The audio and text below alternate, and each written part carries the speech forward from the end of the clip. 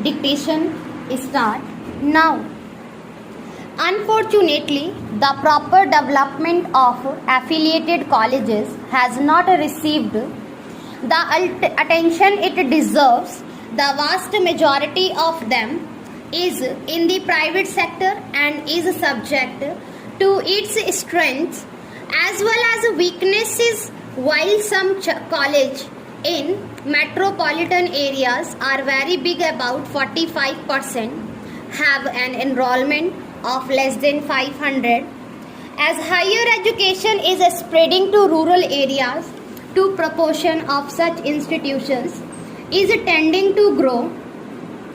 As in size, they also show a very wide range in quality.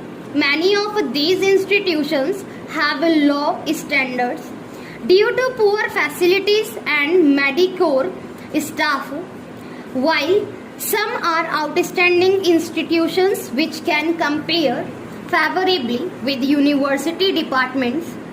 Their finances are often unsatisfactory, especially because the grants in aid system are generally out of date and often badly administered. The university is responsible for their academic standards, while the state governments are responsible for their grants in aid. The dichotomy also adds to their difficulties, especially because the close collaboration needed between the two sometimes absent. Added to all this, there is often an unhealthy rivalry between university, department and affiliated colleges, or between the colleges themselves.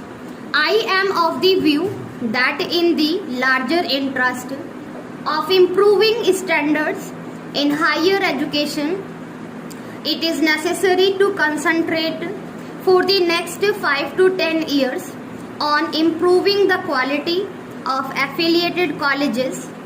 Several measures will have to be taken to this end. The location of colleges will have to be carefully planned as to avoid the creation of small institutions which tend to be uneconomic and inefficient. Our attempt should be to ensure that within about 5 years or so of its establishment, each college must have an enrollment of not less than 500.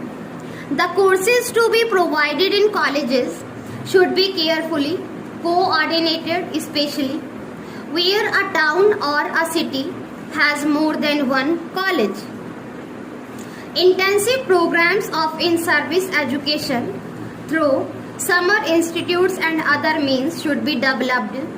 For the staff affiliated colleges, the system of grants in aid should be liberalized so that the colleges can afford to have adequate staff of high quality as well as good teaching facilities. The universities should strive to assist the colleges to supplement their facilities through common programs, and a much closer liaison should be built up between the universities and state governments in a common program to improve standards of college in the country. Delhi provide, I think, a good example of what the close collaboration between a university and its college should be. All colleges, including those set up by government, are under the control of their own autonomous bodies. The remuneration qualifications of teachers in the colleges and universities is the same, and methods requirement are similar. The teaching programs are very well coordinated.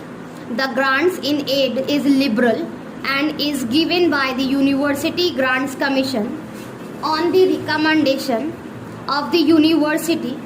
The result of this approach have been outstanding, and the Delhi colleges have given a much better account of themselves then in many other areas it would be a good thing if the Delhi model is adopted elsewhere, also in other metropolitan areas and big cities in the first instance, and then generalized to other areas in the light of experience gain. It would be untrue to my part as a university man if I did not share with you some of my ideas about the chief concerns of a college as a center of higher education in its educational work. The first thing that comes to my mind is its concern for the individual and the spiritual. This may sound a little out of fashion, but I feel it is a vital concern.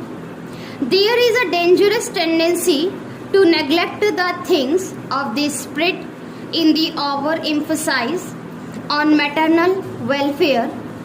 The final justification of education is an enrichment of life for individual human beings and the full development of their spiritual potentialities. Whatever else the college may or may not do, education in this sense should be its first concern. Its second main concern should therefore be to organize its work as to make the realization of this educational aim possible. This implies mediation between the subjective mind of the educand and the objective mind in the manifold goods of culture meditation, and that is between the individual student and his culture, between him and the science, the arts, the techniques, the religious, the moral and legal codes and social forms, the institutions, the personalities in which human culture is embodied, stored as it were, but every mind cannot get its nourishment indifferently from any goods of culture. There must be a correspondence between the mind to be educated and the mind embodied in the goods and culture. The goods college can never do too much to initiate the student into the process of the self-discovery of his inclinations and aptitudes, and to see that the goods of culture selected to educate him correspond to his mental relief, which is good for future.